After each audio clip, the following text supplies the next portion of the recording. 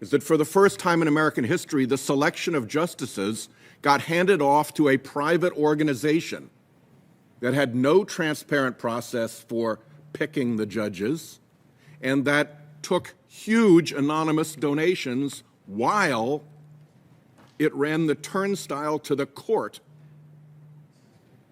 That is unprecedented in American history, and frankly, if we sent a judicial group to another country that was running its judicial selection process by handing it off to a secretly funded private organization with no public process for how the selections were made, imagine the harumphing we'd hear about that terrible, corruptible selection process. That is how the last 3 justices were appointed. And if that's not enough, once they were selected by these dark money donors behind this turnstile,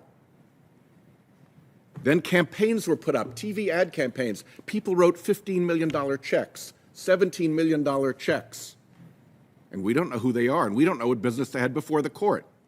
It's actually worse, because this is a court that is now instructed by flotillas of dark money front groups as to how to rule. The court cossets those groups by not requiring them to disclose who's behind them when they turn up. So we find out through other memos that big right-wing groups are orchestrating their word, amicus front groups to come in.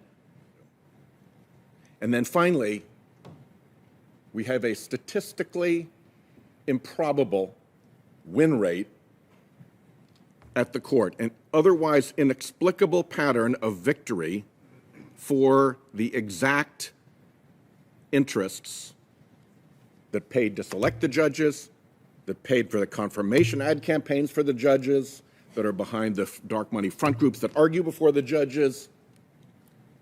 I wrote an article years ago that put the tally in those decisions at 80-0. 80-0.